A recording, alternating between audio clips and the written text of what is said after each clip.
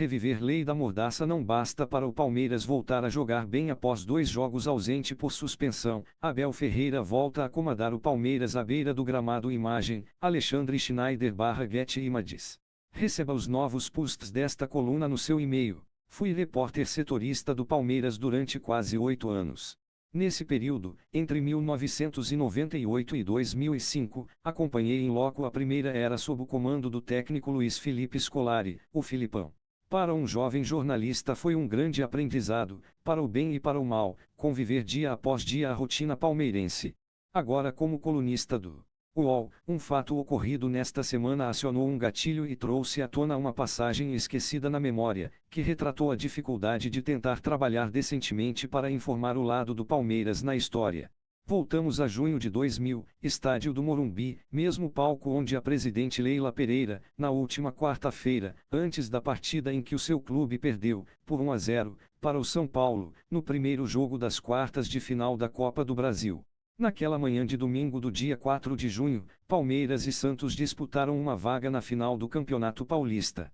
Era sabido que, independentemente do resultado, nenhum palmeirense iria dar entrevista.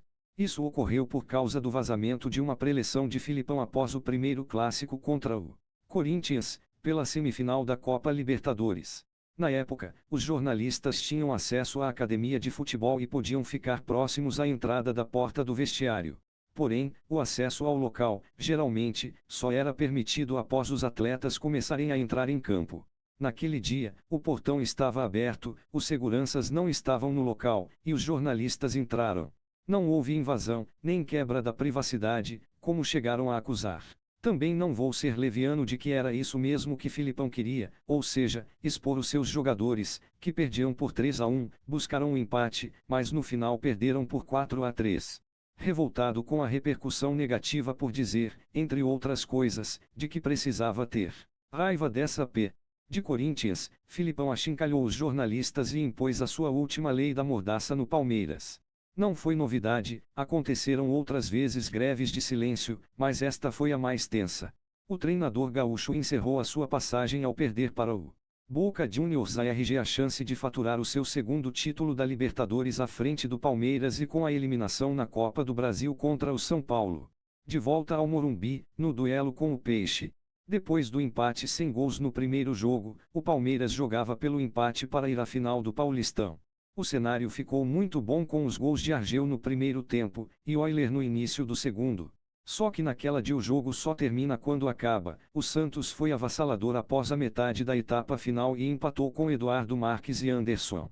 Poucos minutos antes de Dodô anotar o gol da virada, aos 45 minutos, aconteceu um fato que jamais vou esquecer na minha carreira. A história foi contada pelo repórter Luiz Carlos Quartarolo, um mestre do jornalismo, durante a transmissão da partida pela rádio Jovem Pan. Desesperado com a pressão do Peixe, o goleiro Marcos se voltou para os repórteres que estavam atrás das placas de publicidade e perguntou quanto tempo faltava para terminar a partida. Sagaz e com uma saborosa ponta de ironia, Quartarolo foi o único a falar e respondeu que não poderia dizer o tempo de jogo porque os palmeirenses estavam em greve de silêncio. Na verdade, só para contextualizar, esse diálogo não é comum nem deve acontecer. Os jornalistas que ficam atrás dos gols não podem conversar com os envolvidos na partida. Enfim, eu estava lá, mas na tribuna reservada à imprensa escrita, e o que vi foi Dodô anotar o terceiro gol e sacramentar a virada histórica do Santos.